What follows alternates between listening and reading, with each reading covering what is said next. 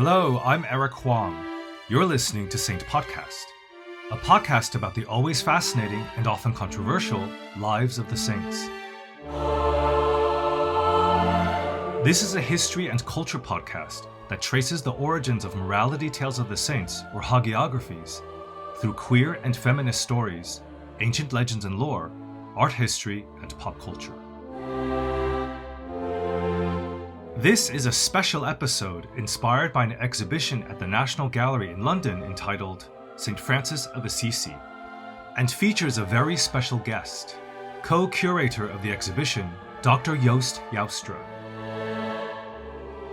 Presenting the art and imagery of St. Francis from the 13th century to today, the exhibition investigates why this saint is a figure of enormous relevance to our time due to his spiritual radicalism, commitment to the poor, and love of God and nature, as well as powerful appeals for peace and openness to dialogue with other religions. It's an incredible exhibition that explores the life of an enormously popular saint through some of the earliest medieval depictions, manuscripts written in Francis's own hand, modern-day films, and even a Marvel comic book. The Art of St. Francis is a special Saint Podcast episode that explores the way art has shaped our understanding of the poverello from Assisi.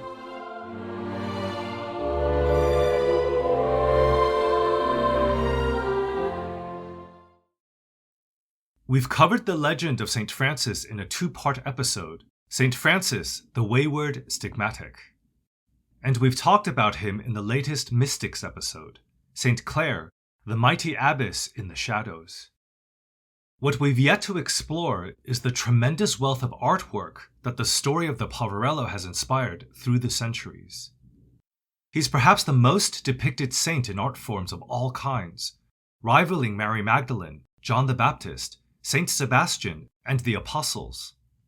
Last month, I had a chat with Joost Joustra at the National Gallery in London. Here he is to introduce himself and tell us about his involvement with the St. Francis exhibition. My name is Joost Joustra, and I'm the Amundsen Research Associate Curator in Art and Religion at the National Gallery. Most of the curators we have at the National Gallery work on one specific time period or school. I'm quite lucky in that I get to work across the collection on any painting that could be considered a religious work of art. So that makes it quite broad. A lot of our collection is explicitly religious, but you could draw that out. I mean, you could look at landscape painting and consider it from a religious point of view. So one day I'm working on 12th century painting, and the next day I'm working with a living artist. Quite lucky. The exhibition is near the National Gallery's cafe. The entrance is along a wall decorated with greenery that evokes the opening to a hedge maze Alice might have seen in Wonderland. I walked in behind a group of Italian Franciscans who were also invited to the press opening. The first room is darkly lit, serene. London is a world away. With the presence of the friars and the peaceful atmosphere, crossing over the threshold felt like a sacred religious rite. It was as if we were all at Portiuncula, where Francis founded the Friars Minor. I asked Joost why the National Gallery decided to create an exhibition around St. Francis. Certainly saints like Mary Magdalene and John the Baptist are more popular, and Catholic figures like the Virgin Mary and Christ have a much larger body of work devoted to them. You would think that. Well, we did an exhibition in 2000, so that's before my time. It was Neil McGregor and then curator Gabriele Finaldi, now director and my co-curator of this exhibition. Did an exhibition called Seeing Salvation, which was on the image of Christ.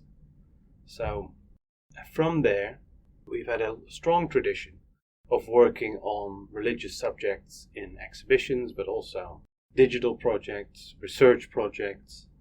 And ultimately, Gabriele and another curator who was working here at the time, in about 2015-16, started thinking about what could be another exhibition like the Seeing Salvation exhibition, and what holy figure would you arrive at thinking about that? And it was St. Francis. And thinking about that. I started here in 2018, so I came later on this project.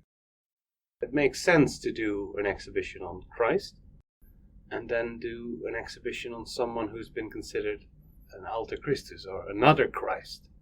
So St. Francis became the figure that we wanted to explore through works of art. If you walk around the National Gallery, the Sainsbury wing is closed currently, but if you would walk around the Sainsbury wing and you start counting Francises, there's many. He's not that far off from Christ or John the Baptist or Mary Magdalene. So Francis became quite organically the subject of this exhibition. The legend of St. Francis continues to inspire artists to this day. The Poverello's teachings on kindness, a respect for the natural world, and a rejection of materialism are perhaps even more relevant now than they were in the 13th century when Francis was alive. The National Gallery exhibition is organized into 7 rooms that address these themes. It's a 7-room exhibition. Part of that tells quite a more traditional art historical narrative. So there's a room with the earliest objects associated with St. Francis that has 13th century panel paintings and manuscripts in it. There's also a room that has Baroque painting. So if you step into that room, it feels very much like the traditional National Gallery exhibition. On the other hand, we are also working more thematically in this exhibition. So there's a room dedicated to St. Francis and nature, for instance, his relationship with the natural world. And in that you'll find 15th century paintings, but also something made only a few years ago. So there's a whole range of objects in that room. Depending on the room you're in, it's either slightly more located within a time or place, but sometimes it explores certain themes that we associate with Francis. A large section of the exhibition we've actually called Radical Francis, because he had quite a radical personality, and the way he's been interpreted has been quite radical. We explored St. Francis's radical teachings in previous episodes. The exhibited objects that investigate this side of the Poverello are in room 6. But let's start at the beginning. The first room, after entering the wall of greenery, introduces the saint with a display that hangs a 17th century Zurbaran painting alongside contemporary pieces, including Antony Gormley's abstracted sculpture, Untitled for Francis. The juxtaposition makes it clear this exhibition won't just be a straightforward narrative. Indeed, the rest of the rooms paint a thematic hagiography through the eyes of the artists whose work is on display. Room 2 features a series of paintings by Sassetta, created about 200 years after Francis's death. The panels were commissioned for the Church of St. Francis in Borgo San Sepolcro and formed a massive double-sided altarpiece. Each individual scene features highlights from Francis's life, as told by the most popular hagiographies, the ones written by Thomas of Celano and Saint Bonaventure. Through the centuries, the altarpiece has been broken apart, its component pieces scattered around the world. 9 are reunited in London at the exhibition. The painting of Lady Poverty we discussed in the St. Francis Mystics episode is here, as is the panel that shows Francis disrobing as he rejects his earthly father. Even older are the paintings in room 3, created in the decades following Francis's death. 2 artworks on display are in the Byzantine style, in which a large central figure of St. Francis stands rather stiffly, flanked by miniature tableaus which detail key dramatic moments in the Poverello's life. One of the works shows 4 posthumous miracles in which Francis heals several people: a young girl with a twisted neck, a disabled man, and a person suffering from leprosy. The exorcism of a woman possessed by a demon is the 4th miracle illustrated. These are all events we covered in more detail in the previous St. Francis episodes. The Byzantine style might appear unnatural to a contemporary viewer, very stylized. Here's Joost to tell us how the Byzantine style evolved into the narrative paintings that are far more familiar to audiences today. In the icon painting tradition, the depiction of a saint looking out frontally is quite a traditional way of depiction. But in a type of painting especially associated with St. Francis is the vita retable. It shows you Francis standing frontally, often showing his wounds, holding a book or something like that. But then flanking that, you'll start finding narrative episodes from his life. The earliest panels have a strong emphasis on miracles, but more and more it's actually the episodes from his life that take over. And it's these episodes that take over the imagination of artists as well. And ultimately the iconic frontal depiction and the miracle episode disappears a little bit, and it all becomes about his life. And it's about telling those episodes from his life through painting. The Vita Retables, mentioned by Joost, are narrative altarpieces created in the Byzantine style. These are the paintings that feature a main image of a saint, flanked by scenes from their life. They look a bit like comic books. It's interesting that you say that these early paintings almost are like comic books. Because one object we do have in the exhibition is a Marvel comic book called Francis, Brother of the Universe, which was published by Marvel Comics in 1980, and actually brings that old tradition of narrative episodes into something that is a lot more familiar to most people, and indeed a comic book on the life of St. Francis. It makes sense, right, when you start thinking about them like that. And St. Francis would be a good one. For instance, if you look at the page where Francis receives the stigmata, they become these flashing things emanating from the wounds of Christ. And it really feels like you're looking at a panel from Superman or Spider-Man or X-Men or something like that. Images of my copy of the comic book are on the Saint Podcast website, as are many of the artworks discussed in this episode. Head to www.saintpodcast.com. Saint is spelled out, S-A-I-N-T. Some of the most celebrated narrative paintings of St. Francis are attributed to the Italian painter Giotto. These are frescoes painted onto the walls of the St. Francis Church in Assisi between 1297 and the year 1300. They can't be moved without cutting down the walls, so they aren't in the exhibition. If you have the chance to visit Assisi, make time for this church, where these masterpieces can be viewed in the upper basilica. Giotto is credited for being one of the artists responsible for the Renaissance. He was one of the first to return to a more natural depiction of forms, a style that strove for accurate reproductions from life, rather than the stylized and formal Byzantine style that was so popular at the time. And it's Giotto's narrative depictions of the life of St. Francis that exemplified this new way of making art. And so the simple poverello from Assisi was arguably one of the inspirations behind the Renaissance. This all said, there's still an ongoing debate as to whether or not Giotto is indeed the artist behind these beautiful frescoes. Here's Joost to tell us more. A lot of the debates about these frescoes in the basilica and the upper church actually go back to attribution. So people are endlessly talking about, are these actually by Giotto? Are they by Giotto in his workshop? Are they by just his workshop? Followers of Giotto? But I don't think that's the point. I think the point is that that series of fresco paintings there ultimately became as influential as the written biography by Bonaventure, for instance.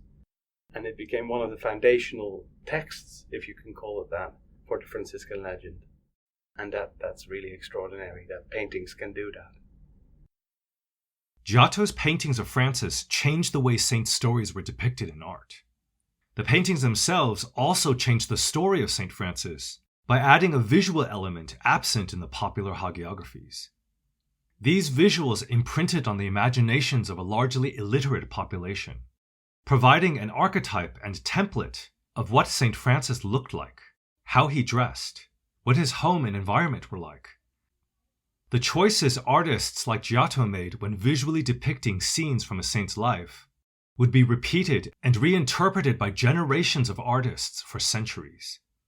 Subtle and sometimes not so subtle changes to the saint's story, such as posthumous miracles and local folk tales, would later find themselves enshrined into written biographies that would become the official version of the saint's legend.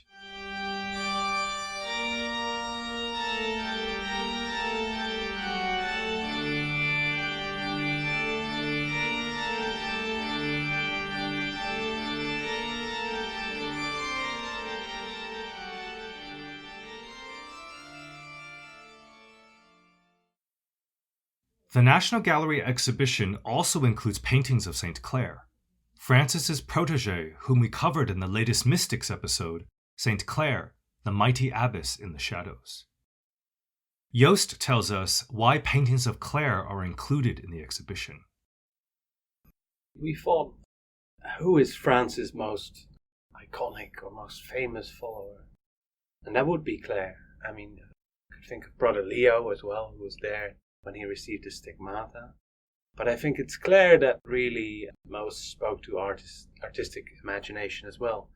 That a figure that developed a strong iconography of her own. But there were always these parallels made between the iconography of Francis and the iconography of Clare. And you'll see that in the exhibition, for instance. The episode with St. Francis and the wolf in Gubbio is quite a famous episode from his life, and an iconography that has always very explicitly spoken to artists, because it's great to paint Francis shaking the paw of a wolf. But then you'll notice that in the iconography of Clare, you'll also find a miracle with a wolf. So these things exist in parallel. And I think it's about creating that kinship, creating that visual kinship. It was a common literary practice in the hagiography genre to link two sacred figures by altering their stories to be more similar, including adding brand new narratives. As we discussed in the St. Francis episodes, many hagiographers altered the details of Francis's life to make him more like Christ, the Alta Christus, or another Christ that Joost mentioned earlier.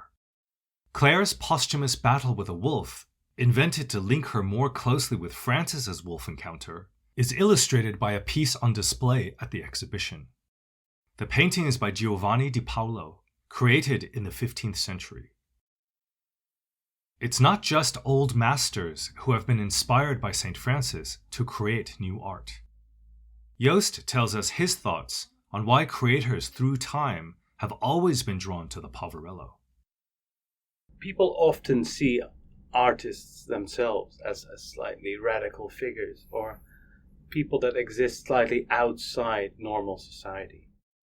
And I think it makes perfect sense to draw that line between Francis and artists. I think he's ultimately a figure who embodies a certain spirit that seems very close to who we consider artists are. So I think it makes sense that through time, from let's say 1228 onwards, you'll find artists who have looked at Francis, not just in the 13th, 14th, and 15th century, but still in the current moment. People say often about Francis, he's a saint that seems to really speak to our contemporary debates or worries or things that are part of politics. But at the same time, it seems like that was always the case, that Francis has this continuous appeal through time.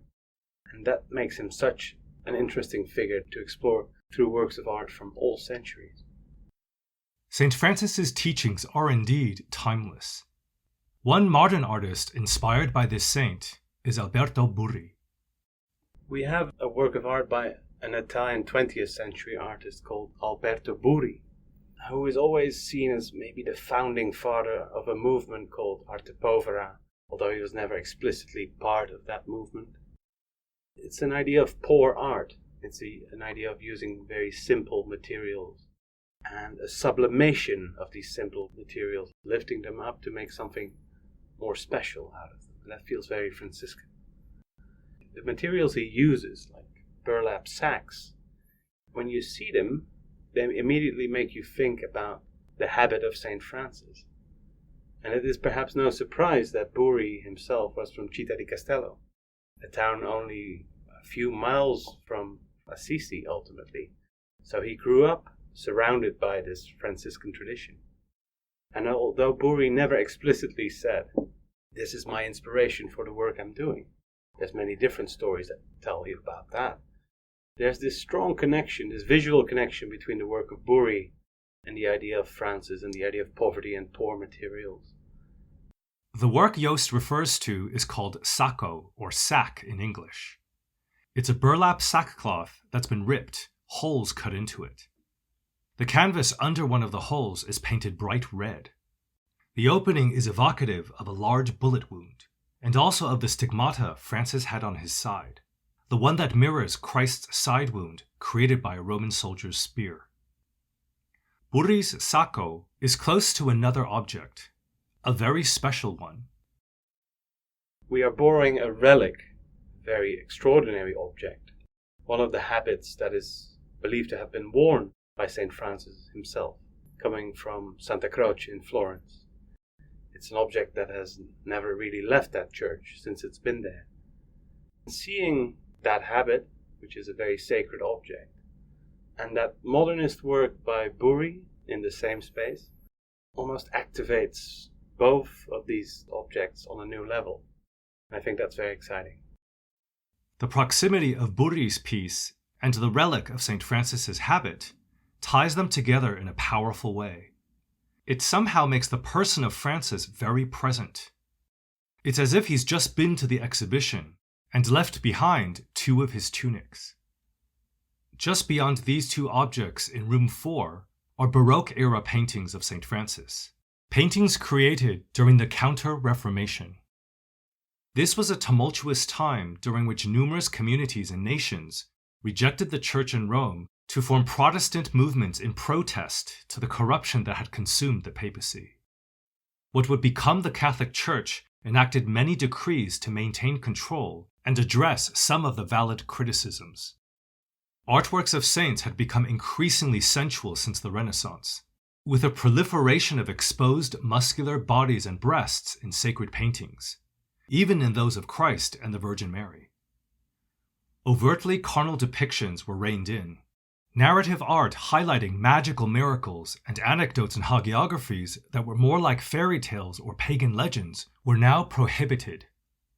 The rules forced artists to adopt a new visual vocabulary, to usher in a new style. Here's Joost to tell us how artworks of St. Francis were affected.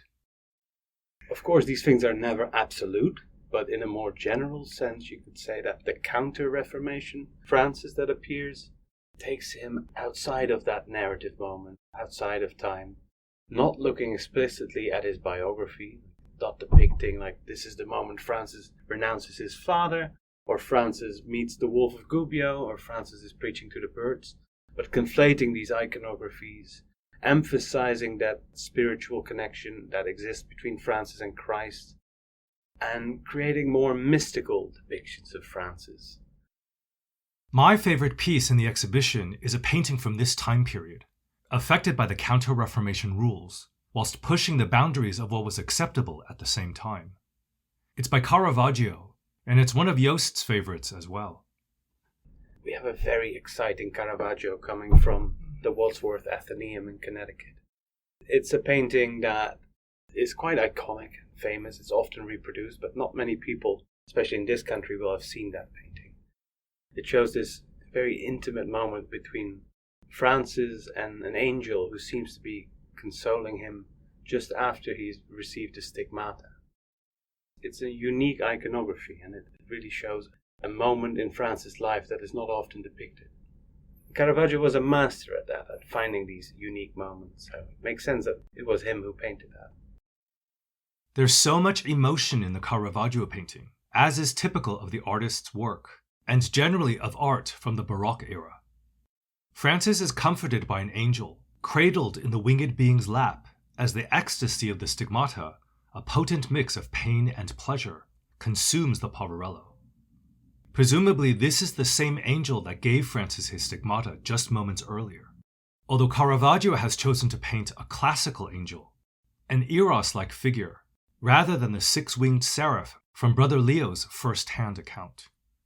It's quite a different depiction of a pivotal moment, one in which the artist emphasizes the mysticism and emotion of the event, instead of its narrative details. Another St. Francis painting by Caravaggio used to hang at the Oratory of St. Lawrence in Palermo, Sicily. This Caravaggio isn't in the exhibition at the National Gallery. In 1969, it was stolen.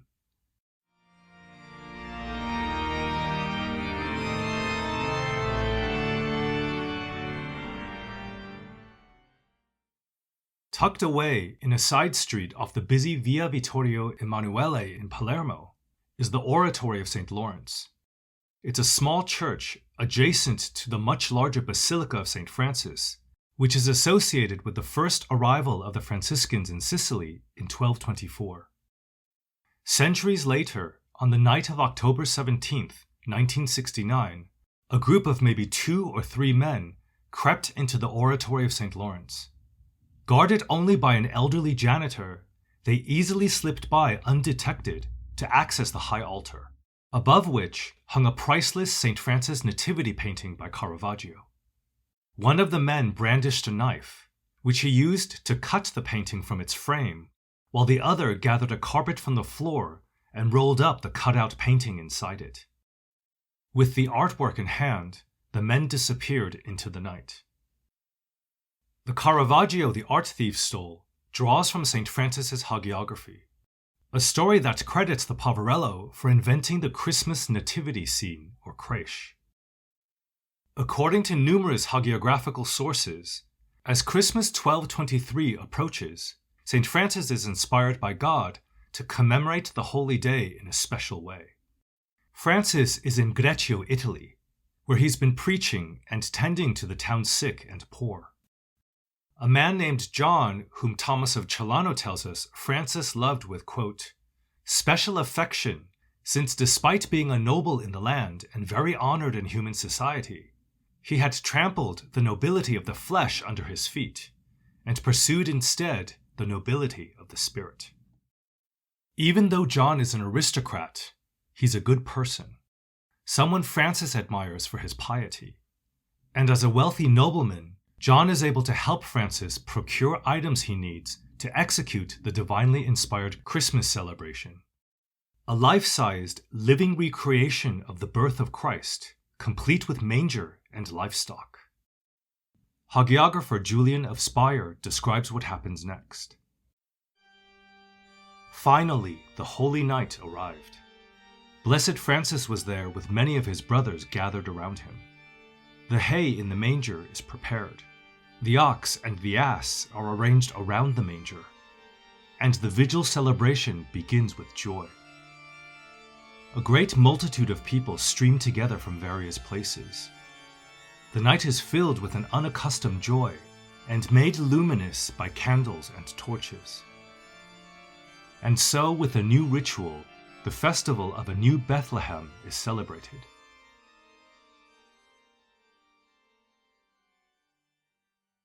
Presumably, actors or willing townsfolk are engaged to stand in for the Virgin Mary, Joseph, and the shepherds. For the figure of a newborn Christ, however, Francis has other plans. According to Saint Bonaventure, the poverello carves the likeness of a baby from a piece of wood. An eyewitness describes how the sculpture comes to life and cries tears of joy. Bonaventure writes that the doll, quote, awakened from sleep when the Blessed Father Francis embraced him in both arms. So the Christmas tradition of creating nativity scenes, be they grand theatrical productions or at-home displays of paper dolls, was started by St. Francis. It's this association between Francis and Christmas nativity scenes that's referenced in the still-lost Caravaggio. The work is a typically dark-lit scene that draws the eye to a brightly painted baby Jesus at the bottom center. The light in the composition emanates from the child. St. Lawrence, the patron of the church in which the painting was hung, is on the left, holding the grill he was roasted on. He looks down adoringly at the newborn, while the Virgin Mary sits behind her son, looking exhausted and disheveled. It's a very human and realistic depiction of the Mother of God that shocked contemporaries. A shepherd on the bottom right in the foreground draws in the eye with muscular legs emerging from a pulled-back cloth and a shock of short blonde hair that are painted as brightly as the baby Jesus. St. Francis stands behind the shepherd and Mary in a sackcloth tunic. St. Joseph, Christ's father, looking a bit like St. Jerome in a wide-brimmed hat, stands next to Francis. The figure of Joseph may be a portrait of the donor who commissioned the painting for the oratory. At the top left, an angel swiftly flies into the scene, as if he's falling, a common element in Caravaggio's work. The Cupid-like figure points to heaven whilst holding a banner that reads, "Glory to God in the highest." The face of the angel looks to be that of Francesco Boneri, an artist who trained with Caravaggio, one of Caravaggio's lovers, whose likeness has appeared numerous times in the more famous artist's work. Most theories conclude that Caravaggio's nativity with St. Francis is still in Sicily somewhere. Numerous underworld figures through the decades have claimed knowledge of the painting's whereabouts, and even claimed responsibility for the theft. As recently as 2018, Mafia informant Gaetano Grado told authorities the painting was cut up into pieces, then sold to an art dealer in Switzerland. Unfortunately, the art dealer can neither confirm nor deny this. He's dead. None of the leads have so far resulted in the artwork's recovery.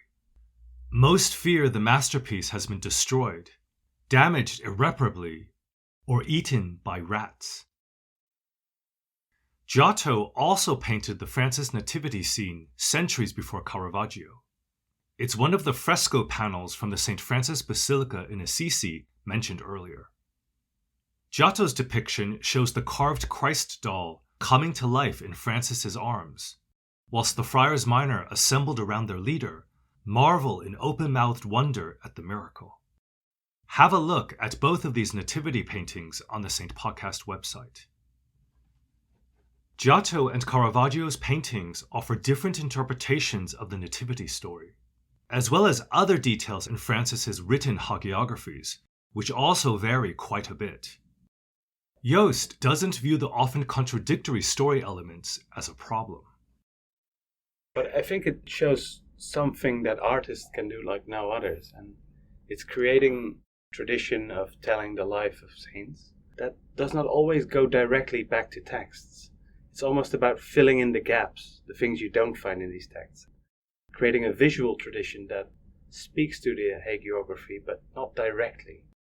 It's not always something you can pinpoint in if you read Bonaventure's life of Francis or Thomas of Celano's life, but this is then Caravaggio's life of Francis.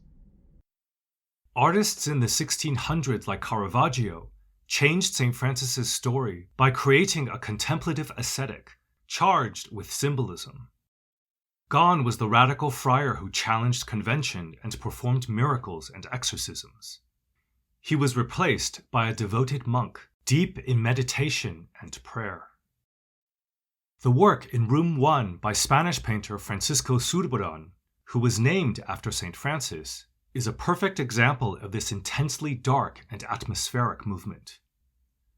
A hermit-like figure dressed in burlap is alone in a dark cave. He holds in his hands a skull, a memento mori, which is a reminder of our mortality.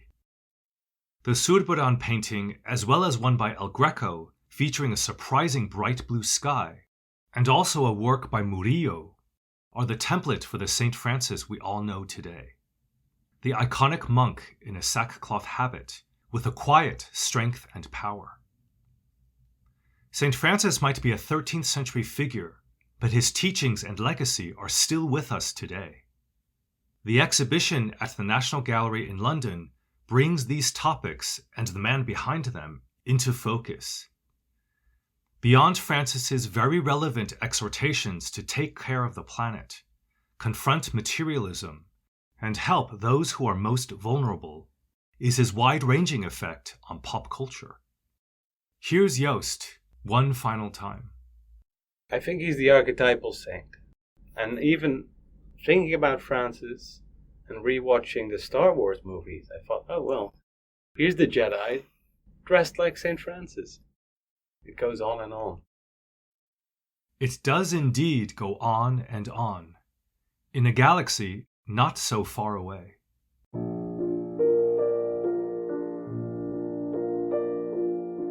Thank you so much for listening to this special episode, The Art of St. Francis, an exploration of the life of St. Francis through artworks on show at the National Gallery in London's free exhibition, St. Francis of Assisi.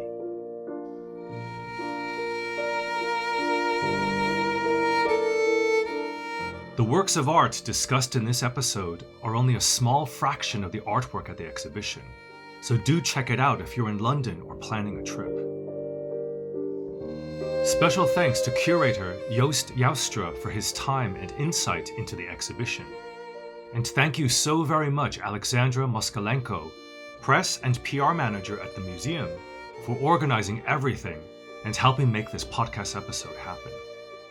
And finally, a big shout out to a former colleague in publishing, Chris Michaels, for putting me in touch with the right people to kick everything off. For images of the artworks, people, and topics mentioned in this episode, please have a look at the Saint Podcast website at www.saintpodcast.com. The word saint is spelled out, S-A-I-N-T. Do also check out the National Gallery in London's website for additional info about the exhibition, which runs through July 2023. Follow the National Gallery on Twitter and Instagram at National Gallery.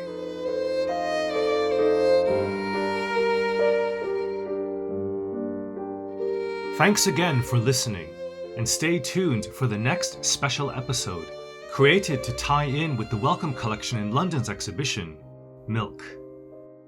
The Saint Podcast episode is called I Am Milk, an exploration of milk in Christian stories and art.